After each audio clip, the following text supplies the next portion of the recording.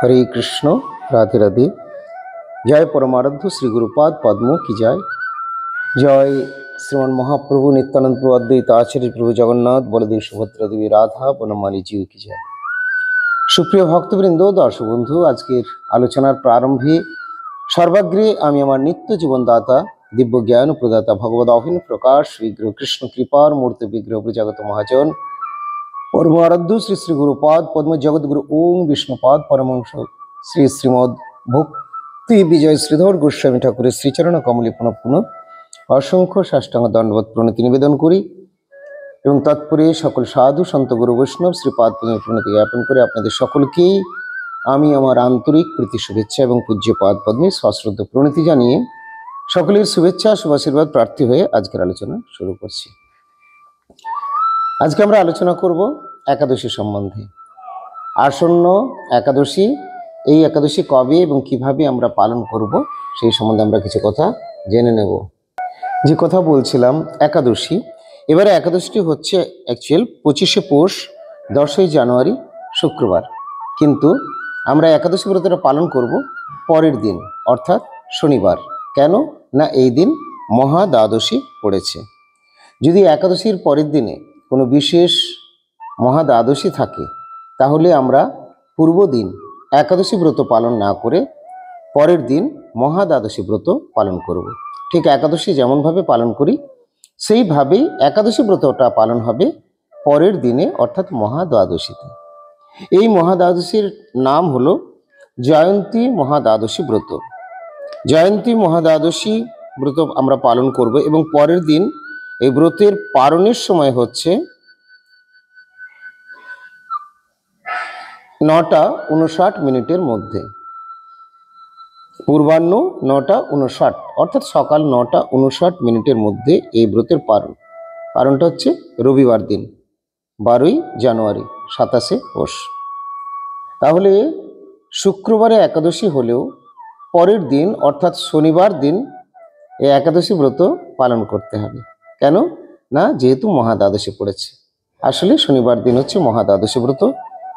এই মহা দ্বাদশী ব্রত আমরা পালন করলে একাদশীর চেয়েও আরও অধিক ফল লাভ হয় এবং শাস্ত্রে বা আমাদের গুরু বৈষ্ণবগণ এই মহা দ্বাদশী ব্রত পালনের অপার যে মাহাত্ম্য রয়েছে সেগুলি জানিয়েছেন এবং তারা নিজেরা মহা দ্বাদশী ব্রত পালন করেন এবং আমাদেরকে সেভাবে করতে বলেন।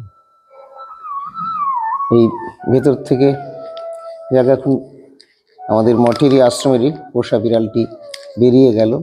এখন ওদেরকে একটু একটু ছাড় দিতে হয়। যে যখন এরা ছিল না তখন আমাদের মঠ তো পুরো একেবারে মানে চারদিকে বনে ঘেরা, তো এই জায়গাতে আর পুরো এক লোকালয় থেকে অনেক দূরে, তো এখানে তো আগে অনেক কিছুই থাকতো, সাপ খোপ এটা সেটা।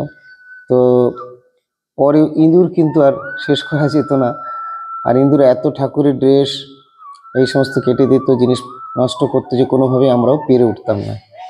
আমাদের পরমার্থ শ্রী গুরুপাদ প্রথম বলেন এদের জন্যে বিড়াল রাখতে হবে, বিড়াল পুষতে হবে। তো যাই হোক, অটোমেটিক এক একজন করে ঠিক এসে জুটে যায় মহাপ্রভুর ইচ্ছাতে। এরা আর কোথাও যায় না, ধামবাসী হয়ে গেছে। ধামবাসীদের তো একটু আদর যত্ন সম্মান রাখতে হবে এবং তারা অনেকটাই ট্রেনিং প্রাপ্ত, যার জন্য খুব বেশি অসুবিধার কোনো সৃষ্টি করে না। আর বাকি শিশুদের ক্ষেত্রে যেমন বড়রা কিছু ক্ষমাসুলভ দৃষ্টিতে দেখে, এখন এদেরকেও প্রয়োজনে সেইভাবে সেবার সুযোগ দিয়ে আমাদেরকেও কিছু কিছু মেনে নিতে হয়। ওরা আছে বলে চারদিকে ঘোরাঘুরি করে বলে আমরা অনেক নিশ্চিন্ত আছি। প্রভুর সেবাগুলো ভালোভাবে আমরা করতে পারছি, সেবার উপকরণগুলো ঠিক আছে। তো যাই হোক, আমাদের যে কথা বলছিলাম যে আমাদের একাদশীর পরের দিনে হচ্ছে এই মহা দ্বাদশী। এবারে সেই মহা দ্বাদশী ব্রতটি হচ্ছে জয়ন্তী মহা দ্বাদশী। জয়ন্তী মহা দ্বাদশী 11ই জানুয়ারি শনিবার 26শে পৌষ, পরের দিন 12ই জানুয়ারি 27শে পৌষ রবিবার হবে। এই ব্রতের পারণের সময়টি হলো পূর্বাহ্ন 9:59 মধ্যে। তো আসুন আজকে আমরা এখন এরপরে শ্রবণ করি যে এই জয়ন্তী একাদশীর মাহাত্ম্য কি। জয়ন্তী একাদশীর কথা আমরা শ্রবণ করব।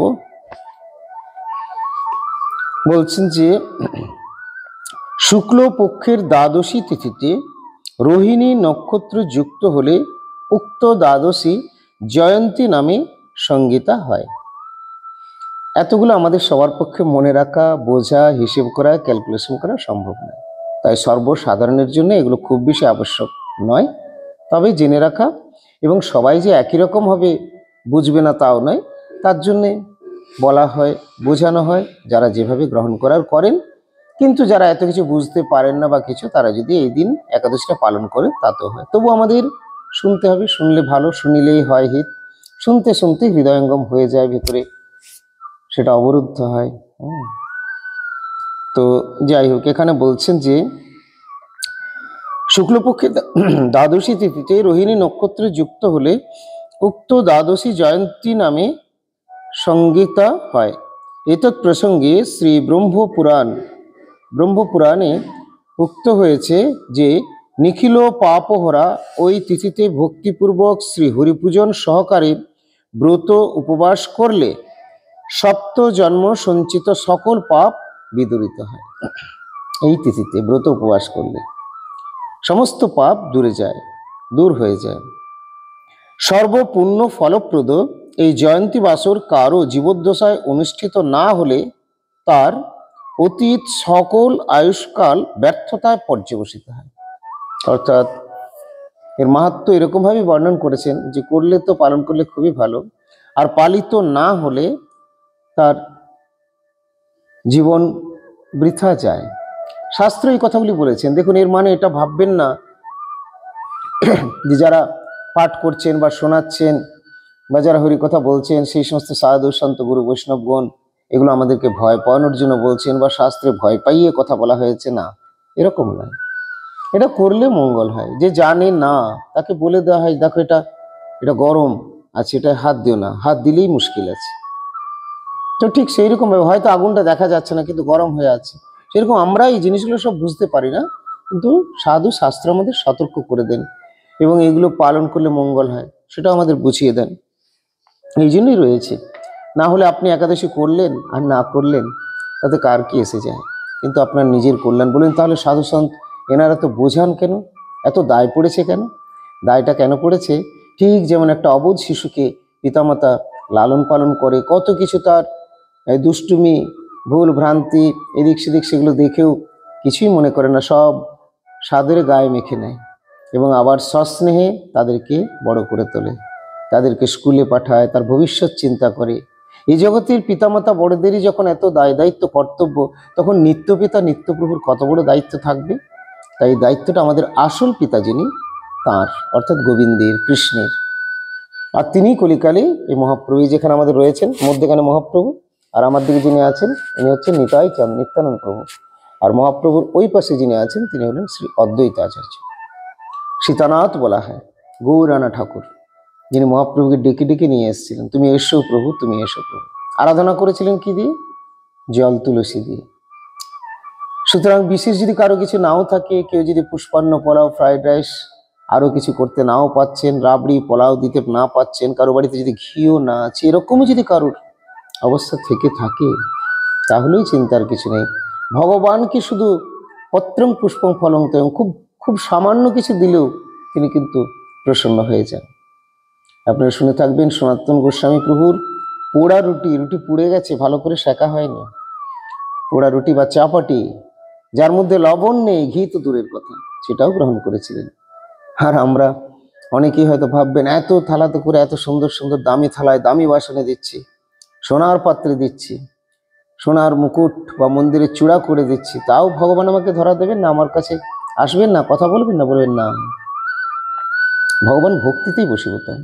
ভক্তা তুষ্যতি কেবলম নচ গুণৈর ভক্তি প্রিয় মাধব। মাধব শ্রীহরি গোবিন্দকে প্রসন্ন করার একমাত্র উপায় আর পথ হচ্ছে ভক্তি। সেই ভক্তিটি কোথায় পাবেন? ভক্তি বিগ্রহ যিনি, তার কাছে, অর্থাৎ শ্রী গুরুপাদ পদ্মের কাছে। গুরুপাদ পদ্ম ঔষধ পত্র দিতে শুরু করবেন এবং সেই ঔষধ পত্রের মধ্যেই এগুলো আমাদের চলছে। এই যে একাদশীর কথা শুনছেন, এই হচ্ছে ঔষধ পত্র। একাদশী করুন, খুব ভালো থাকবেন, খুব শান্তি পাবেন, খুব মঙ্গল লাভ হবে। একাদশীটা এবারে আমাদের মহা দ্বাদশী ব্রত পড়েছে, তাই একাদশীর পালনটা যেমনভাবে করি আমরা সেরকমভাবেই করব। তার চেয়ে আরো গুরুত্ব দিয়ে যদি কেউ করতে পারেন খুবই ভালো। শাস্ত্রে অনেক রকম বর্ণন করা রয়েছে, আমরা সেই প্রসঙ্গে এখন কিছু কথা আলোচনা করছি। বলছেন এই তিথিতে দেবকীনন্দন শ্রীকৃষ্ণের পূজা বিশেষভাবে কর্তব্য, অর্থাৎ কৃষ্ণের বা গোবিন্দের, বনমালীর তার পূজা বিশেষভাবে করণীয় বা কর্তব্য। অবতারো সহস্রাণি করোষি মধুসূদনম ন তে সংখ্যাবতারাণং কশ্চিৎ জানাতি বৈ ভুবি দেবা ব্রহ্মদয়ো বাপি স্বরূপং ন বিদুস্তব অতস্ত্বং পূজ্যয়িষ্যামি মাতুরুৎসঙ্গ সংস্থিতম বাঞ্ছিতং কুরু মে দেব দুষ্কৃতং চৈব নাশয় কুরুষ মে দয়াং দেব সংসারার্থী ভয়াপহ। হে মধুসূদন, আপনি বহু সহস্র অবতার গ্রহণ করেন, জগতে কেউই নেই যে আপনার অবতার সকলের গণনায় সমর্থ হয়। জগতের কেউ নেই যে আপনার অবতার গণনা করতে সমর্থ হয়। দেখুন, তাই জননী ক্রোড়স্থিত এরূপ আপনাকে আমি পূজা করি। ব্রহ্মাদি দেবতাগণের নিকটও আপনার স্বরূপ অজ্ঞাত, ব্রহ্মাও জানেন না, ব্রহ্মাও জানতে পারে না। কে তারে জানিতে পারে যদি না জানায়? এই জন্য ব্রহ্মা যদি জানতেন তাহলে কি আর গোবর্ষ হরণ করতে যেতেন? আর ইন্দ্র যদি জানতেন তাহলে কি আর পুজো পায়নি বলে ক্রোধ করে এত আক্রমণ করতেন? তো এরকম লীলা ভগবান তাদেরকে দিয়ে আমাদের দেখিয়েছেন যে আমার বড় বড় রথী মহারথীরাই আমাকে জানতে বুঝতে পারে না। আর তুমি কেন ভেবে নিচ্ছ আমি সব জেনে গেলাম, পেয়ে গেলাম? তবে তোমার যদি আমি দৈনার্থী দেখি, আমি তোমাকে কৃপা পরবশ হয়ে আমাকে তোমার কাছে তোমার শ্রদ্ধা আরতি অনুসারে সেই রকমভাবে আমি প্রকাশ করব, উপস্থাপন করব বা তোমাকে উপহার দেব। এটি হলো ভগবানের অহৈতুকী কৃপা। তার জন্য তোমাকে কি করতে হবে? সাধু সঙ্গ বা সাধু গুরু সেবা বা গুরু বৈষ্ণব আনুগত্যে আমার অনুশীলন। তাতে কৃষ্ণ ভজে করে গুরুর সেবন, মায়াজাল ছুটে পায় কৃষ্ণের চরণ। আমরা ভগবানের পথে এসেও মহাপ্রভু সহজ সরল পথ বলেছেন। শ্রী গুরুপাদ পাঠে প্রবচনে বলেন যে ডাকলেই পাওয়া যাবে, তা আমরা পাচ্ছি না। এত হরিনাম করছি, এত সেবা করছি, তাও ভগবানকে পাচ্ছি না। আসলে আমাদের ডাকাই হচ্ছে না। যিনি ডাকছেন তিনি পাচ্ছেন, যিনি সেভাবে ডাকেন তিনি পান। হ্যাঁ, আমরা দেখেছি সেরকম ভক্তদেরকে দেখেছি। আমরা নিজেরাও সেই রকম যোগ্য বা সেই রকম ভক্ত না হলেও সেই রকম বড় ভক্তদের দেখেছি যারা কিন্তু ভগবানের দর্শন পান, ভগবানের সঙ্গে কথা বলেন। এরকম কিছু কিছু আমাদের বাস্তব ফিলিংস বা বোধ আমাদের রয়েছে, প্রত্যক্ষ দর্শন জিনিস আমাদের রয়েছে। তাই হতাশ হওয়ার কিছু নেই। সুদৃঢ় বিশ্বাসের সঙ্গে ভক্তিপথে সাধু সন্ত গুরু বৈষ্ণব যা বলছেন সেই পথ ধরে এগিয়ে চলুন, আপনার জীবন কিন্তু ধন্য হয়ে যাবে। তবে স্কুলে গিয়ে যদি পড়াশোনা না করেন তাহলে কি হবে? রেজাল্ট সব রসগোল্লা আসবে, জিরো। ঠিক সেরকমভাবেই পারমার্থিক স্কুলে আসলেন, সাধুর কাছে আসলেন, মালা তিলক বেশভূষা সব ধারণ করলেন, লোকে দেখছে সব আপনি বিরাট বৈষ্ণব, বিরাট ভক্ত, কিন্তু আপনার আচরণ নেই, অনুশীলন নেই, জীবন ব্যর্থ হয়ে যাবে। তো যাই হোক, সকলে আপনারা ভজনা করছেন নিশ্চয়ই, আমি অযোগ্য, আমিও আপনাদের শুভেচ্ছা শুভাশীর্বাদ প্রাপ্তি হয়ে একটু এই কথা স্মরণ বা আলোচনার চেষ্টা করছি। একাদশীর দিনে বা মহাদ্বাদশী ব্রত সম্বন্ধে যা এখানে বর্ণন করেছেন। হে মধুসূদন, আপনি বহু সহস্র অবতার গ্রহণ করেন, জগতে কেউই নেই যে আপনার অবতারগণের গণনায় সমর্থ হয়। ব্রহ্মাদি দেবতাগণের নিকটও আপনার স্বরূপ অজ্ঞাত। জননী ক্রোড়স্থিত এইরূপ আপনাকে আমি পূজা করি। হে দেব, হে ভবভয় অপহারিণ, আমার দুষ্কৃতি নাশপূর্বক অভীষ্ট প্রদান করে আমাকে করুণা করুন। আমাদের তো দুষ্কৃতি আছে, অনেক ভুল ভ্রান্তি রয়েছে, তাহলে কি হবে? আমি কি প্রভুর কৃপা পাবো না? না, প্রভুর চরণে যদি প্রণত হই, এই ধরনের যদি প্রার্থনা হয়, নিশ্চয়ই কৃপা পাবো। প্রভু আমাদের ক্ষমা করবেন, কৃপা করবেন, করুণা করবেন, দয়া করবেন। শ্রদ্ধা এবং আরতিপূর্বক প্রার্থনা করতে হবে। এই প্রকারে ভক্তিপূর্বক জয়ন্তী মহাদ্বাদশী সমাধা করলে কি নর কি নারী সকলেই একবিংশতি কুল পরিত্রাণ করেন। সংক্ষেপেও হরি প্রীতি করি এই ব্রতের অনুষ্ঠানে মনের আকাঙ্ক্ষিত সকল ফল লাভ হয়ে বিষ্ণুলোকে গমন হয়ে থাকে। এই ব্রত পালনের এত ফল রয়েছে। সংক্ষেপে হরি প্রীতি করি, এই প্রীতি করি মানে প্রীতিকর থেকে প্রীতি করি বলা হচ্ছে। প্রীতি করি এই ব্রতের অনুষ্ঠানে মনের আকাঙ্ক্ষিত সকল ফল লাভ হয়ে বিষ্ণুকে গমন হয়ে থাকে। মানে আপনার ইচ্ছা যেটা সেগুলো কিন্তু ভগবান পূর্ণ করবেন। আপনার অভিলাষ, আশা, বাসনা, কামনা বাসনাও দিয়ে থাকেন। ধ্রুব মহারাজ প্রথমে চেয়েছিলেন, পিতার কোলে বসতে পাননি, অভিমান নিয়ে কাঁদতে কাঁদতে মায়ের কাছ থেকে শিক্ষা পেয়ে ভগবানের ভজনার জন্য বেরিয়ে গিয়েছিলেন এবং পথে ভগবত ইচ্ছায় নারদের দেখা হয়েছিল। নারদের উপদেশে ভগবান এসেন, দর্শন দিলেন, তার প্রাপ্তি হয়েছিল। জিজ্ঞেস করছে, তুমি কি চাও ধ্রুব? না প্রভু, আমি তো আর কিছু চাই না। তুমি চাইছিলে যে? হ্যাঁ, আমি চাইছিলাম। আমি কাঁচ খুঁজতে খুঁজতে এখন কাঞ্চন পেয়ে গেছি, সোনা পেয়ে গেছি প্রভু। অর্থাৎ আমি সাক্ষাৎ আপনাকেই পেয়ে গেছি, তাই আমার আর কোনো জড় অভিলাষ চাহিদা নেই প্রভু, আমি আর চাই না। কাম লাগি কৃষ্ণ ভজে, পাই কৃষ্ণ রসে, কাম ছাড়ি দাস হইতে হয় অভিলাষ। এইভাবে কামনা বাসনা নিয়েও যদি কেউ ভজনা করে, ভগবান তার কামনা বাসনা দূর করে দেন এবং তারপরে তাকে এমনই আকর্ষণ করেন যে তিনি কৃষ্ণ পাদ পদ্মে আকৃষ্ট হয়ে ধন্য হয়ে যান। তখন তিনি কৃষ্ণ পাদ পদ্ম সেবা ছাড়া আর কিছুই চান না। প্রভু, আমাকে আর কিছু দিও না, আমি আর কিছু চাই না। আমরা শ্রী গুরু পাদ পদ্মের কাছে যাই, কত জপ টপ, কত কিছু চেয়েই থাকি, কিন্তু কোন কারা চাইবে? বাচ্চা ছেলেগুলোই চায় স্কুলে যাওয়ার সময়, বাবা আজকে আমাকে লজেন্স দিতে হবে, চকলেট বিস্কুট না দিলে আমি যাব না। ফিরে আসার পরে বলবে আমাকে প্যান্ট দিতে হবে, জামা দিতে হবে, কাপড় দিতে হবে। এ ধরনের দাবি হয়তো তারা করে, চায়। বাবা মাও দেয়। কখন দেয়? একেবারে যখন তারা ছোট থাকে। তারপরে বড় হয়ে গেলে তারাও আর চায় না, আর পিতামাতাকেও আর সেইগুলো দিতে হয় না। আর যদি কেউ চায় তাহলে জানতে হবে যে লাইনের থেকে বোধহয় ঠিকঠাক তার অগ্রগতি হচ্ছে না। ঠিক সেই রকমভাবেই আমাদের কামনা বাসনা অভিলাষ এগুলো প্রাথমিক অবস্থায় থাকলেও, চাইলেও সাধুগুরু হয়তো কৃপা করছেন, আমাদের জপ দিচ্ছেন, উপদেশ দিচ্ছেন, এবং গুরুপাদ পদ্মের কৃপায় ভগবানের কৃপা হয়ে যাচ্ছে, প্রাপ্তিও হচ্ছে। কিন্তু তাই বলে সেই জপ নেওয়া আর চাওয়াটা কিন্তু বারে বারে নয়, হওয়া উচিত নয়। এই জগৎ, এই সংসার, এই বিষয় বাসনা আমাদের ছাড়তে হবে। ছাড়ানোর জন্যই সাধুগুরু এসেছেন, ছাড়ানোর জন্যই মহাপ্রভু পাঠিয়েছেন। মহাপ্রভু বড় বড় রাজাদেরকে হরি কথা বলে তার স্বীয় পাদ পদ্মে আকর্ষণ করে মহাপ্রভু সাক্ষাৎ ভগবান ভক্তরূপ অঙ্গীকার করেছেন। সন্ন্যাসী রূপে তিনি উপদেশ দিয়ে কি করেছিলেন? রাজাদেরকে ভিখিরি করে দিয়েছিলেন। ভিখিরি করেছিলেন মানে মহারাজ প্রতাপরুদ্র তার রাজ অভিমান ছেড়ে ভিখিরির ন্যায় রাজপথে তিনি ঝাড়ু দিচ্ছেন জগন্নাথের রথের আগে। তাদের কত দৈন্য।